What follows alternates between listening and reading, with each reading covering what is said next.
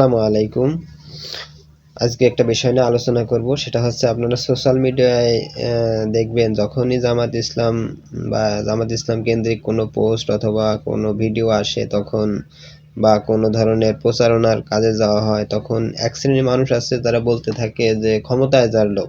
অর্থাৎ ফেসবুকে দেখবেন যে জামাত কেন্দ্রিক কোনো পোস্ট বা ইসলামী দল কেন্দ্রিক কোনো পোস্ট দিলেই বলে যে ক্ষমতায় যার লোক, ক্ষমতায় যাওয়ার ধান্দা। মানে তাদের মতে জামাত ইসলাম আসলে কোনো ইসলামের কিছু না, শুধুমাত্র ক্ষমতায় যাওয়ার জন্য তারা এসব করে। তো এই কথাটা আসলে কতটুকু ইসলাম সম্মত আমাদেরকে একটু পর্যালোচনা করা দরকার। ক্ষমতায় যাওয়ার লোভ বা ক্ষমতায় যাওয়ার ইচ্ছা, এটা কি মুমিনের জন্য খারাপ? এটা কি কোরআন বা ইসলাম বিরোধী? এটার মানে কি যে কোনো ইসলাম বিরোধী কাজ করা হচ্ছে? স্বয়ং নবী, স্বয়ং পৃথিবীর শ্রেষ্ঠ মানুষ যারা নবী, তারাও ক্ষমতায় যাওয়ার লোভ করছে। তারা ক্ষমতা চাইছে আল্লাহর কাছে, তারা ক্ষমতা চেয়েছিলেন, তারা ক্ষমতা পাওয়ার জন্য চেষ্টা করেছিলেন। সেখানে সেই কাজগুলো যখন কোনো ইসলামী দল করে, তখন কেন আপনারা বলেন যে ক্ষমতার লোভ? তাহলে কি আপনি বলতে চাচ্ছেন যে নবীদেরও ক্ষমতার লোভ ছিল? পবিত্র কোরআনে সূরা সোয়াত ৩৫ নম্বর আয়াত, এখানে সুলাইমান আলাইহিসসালাম বলতেছেন, আল্লাহ পাকের কাছে দোয়া করতেছেন যে হে রব, আমাকে ক্ষমা করে দিন এবং আমাকে এমন রাজত্ব দান করুন যা আমার পরবর্তীতে আর কারো জন্য শোভনীয় হবে না। তিনি শুধু ক্ষমতা চাচ্ছেনই না, তিনি এমন ক্ষমতা চাচ্ছেন যে ক্ষমতা তাকে এত বেশি দেওয়া হবে যে তার পরবর্তীতে আর কাউকে দেওয়াই হবে না। তাহলে একজন নবী যেখানে এরকম রাজত্ব চাচ্ছেন, এছাড়াও আমাদের নবী মুহাম্মদ সাল্লাল্লাহু আলাইহি ওয়াসাল্লাম তিনি যখন মক্কা থেকে মদিনায় হিজরত করেন, তিনি হিজরতের পথে কি দোয়া করেছিলেন? যে ইয়া আল্লাহ, ইয়া রব, আমাকে আপনি সালতানাত দান করুন, মিল্লাদিনকা সুলতান আর নাসিরা। মানে কি, আমাকে সালতানাত দিন, আমাকে ক্ষমতা দিন, আমাকে সুলতান করে দিন, যাতে আমি মদিনায় যে রাষ্ট্র ক্ষমতা পাবো সেটা যেন আমি সেটার মাধ্যমে ইসলামকে প্রতিষ্ঠিত করতে পারি। রাসূল সাল্লাল্লাহু আলাইহি ওয়াসাল্লাম তো এই দোয়াই করেছিলেন। আল্লাহ সুবহানাহু ওয়া তাআলা সেটা কোরআনে আমাদেরকে জানিয়েছেন। তো ক্ষমতা চাওয়া, ক্ষমতা পাওয়া, এটা তো নবীদের সুন্নাত। এটা ক্ষমতার জন্য চেষ্টা করা, এটা তো নবীদের সুন্নাত। তা আপনারা কেন বারবার বলতে থাকেন যে ক্ষমতার লোভ, ক্ষমতায় যাওয়ার ধান্দা? আসলে এর কথার মূল উদ্দেশ্য হচ্ছে, আপনি মুসলমানদেরকে ক্ষমতা, আপনি নিজেও ক্ষমতায় যেতে চান না, ক্ষমতায় যাওয়ার চেষ্টাও করেন না, এবং আপনি চানও না যে মুসলমানরা ক্ষমতায় যাক। এর মানে হচ্ছে আপনি চান যে ওই যারা ইসলাম বিরোধী, সেকুলাঙ্গার, ধর্মনিরপেক্ষ মতবাদী, তারা ক্ষমতায় থাক।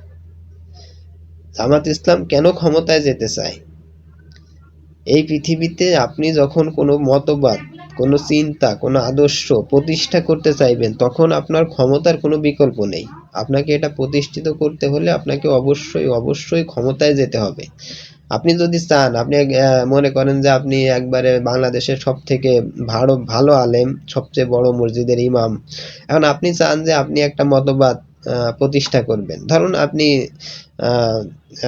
লেনিনবাদ প্রতিষ্ঠা করবেন সমাজে, বা কমিউনিজম প্রতিষ্ঠা করবেন।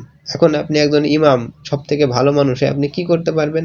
আপনি কি আপনার মত প্রতিষ্ঠা করতে পারবেন? আপনি পুঁজিবাদ প্রতিষ্ঠা করতেছেন সমাজে।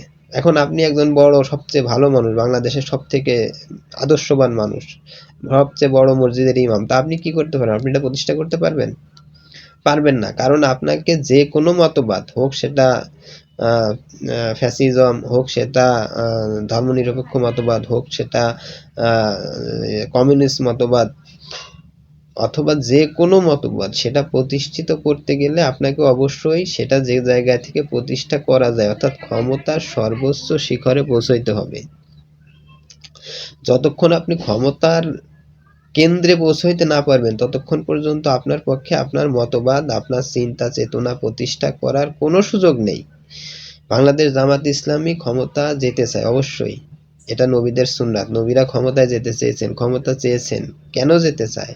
কারণ তারা তাদের চিন্তা, তাদের ইসলামী আদর্শ, তারা যেটাকে বিশ্বাস করে, যে দর্শন তারা লালন করে, সেটা তারা সমাজে প্রতিষ্ঠা করতে চায়। তারা সমাজে কোরআনের আইন প্রতিষ্ঠা করতে চায়।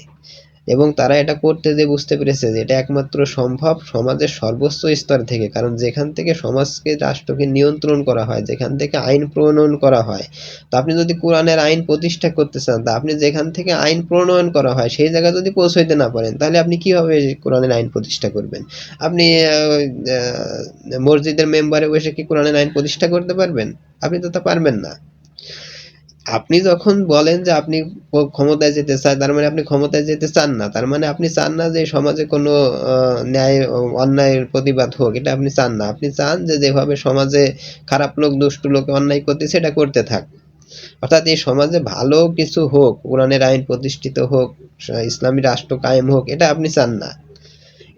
এ দ্বারা বোঝা যায় যে আসলে ওই যে আল্লামা দেলোয়ার হোসেন সাঈদী একটা ওয়াজে বলেছিলেন যে এ দেশে ইসলাম প্রতিষ্ঠিত হোক এটা চায় না শুধুমাত্র রাম আর বামেরা, কারণ রামেদের তো সমস্যা, ইসলাম প্রতিষ্ঠা হোক এরা পছন্দ করবে না। আর বামেদের সমস্যা হচ্ছে তাদের যে জীবন ব্যবস্থা, তারা যে বড় বড় বোতল খায়, সুদের সাথে জড়িত, ঘুষের সাথে জড়িত, তো তাদের এসব ধান্দা তো বন্ধ হয়ে যাবে ইসলাম যদি প্রতিষ্ঠা হয় সমাজে, রাষ্ট্রে যদি ইসলাম প্রতিষ্ঠা হয়, তা তাদের সুদের ব্যবসা বন্ধ হয়ে যাবে, তাদের ঘুষের ব্যবসা বন্ধ হয়ে যাবে, চাঁদাবাজি বন্ধ হয়ে যাবে, দুর্নীতি বন্ধ হয়ে যাবে। তা এগুলো না হলে তো তাদের ইনকামের পথ বন্ধ হয়ে যাবে। এজন্যই মানুষগুলা ইসলাম প্রতিষ্ঠিত হোক এটা চায় না। ইসলামী যখনই ইসলাম প্রতিষ্ঠার বা ইসলামী দল ইসলাম প্রতিষ্ঠার কথা বলে, তখনই এদের কমন ডায়লগ ওই ক্ষমতায় যাওয়ার ধান্দা, ওই ক্ষমতার পাওয়ারই। আরে ভাই, ক্ষমতা তো যেতেই হবে।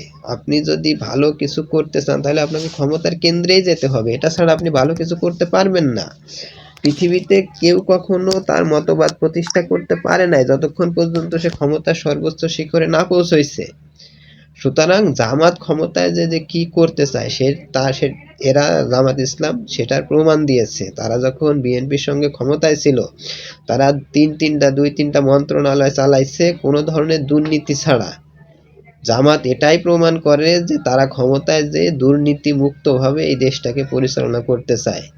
তখন যেহেতু আংশিক ক্ষমতা ছিল, সবকিছু আমাদের নিয়ন্ত্রণের বাইরে ছিল, সবকিছু নিয়ন্ত্রণ করা আমাদের পক্ষে সম্ভব ছিল না। তারপরে আমাদের সাধ্যের ভিতরে যতটুকু আমাদের সাধ্যের ভিতরে ছিল, জামাত যতটুকু দায়িত্ব হচ্ছে ততটুকু সঠিকভাবে পালন করে এবং দুর্নীতি মুক্ত থেকেই প্রমাণ করেছে যে জামাতে দেশে ক্ষমতায় গেলে তারা এই দেশটাকে সম্পূর্ণ দুর্নীতি মুক্ত, চাঁদাবাজি মুক্ত হিসেবেই দেশটা পরিচালনা করার যোগ্যতা রাখে, এবং এটা করার জন্যই জামাত ক্ষমতায় যেতে চায়, এটা পরীক্ষিত সত্য। সুতরাং আপনি এর পরবর্তীতে যখন বলবেন যে জামাত ক্ষমতায় যেতে চায়, তখন একটু আপনি চিন্তা ভাবনা করে বলবেন বলে আমরা আশা করি। তো আজকের ভিডিও এ পর্যন্তই। আসসালামু আলাইকুম। আপনারা যারা আমার ভিডিওটা দেখেন, আমার চ্যানেলটা দয়া করে সাবস্ক্রাইব করে অনুরোধ করছি।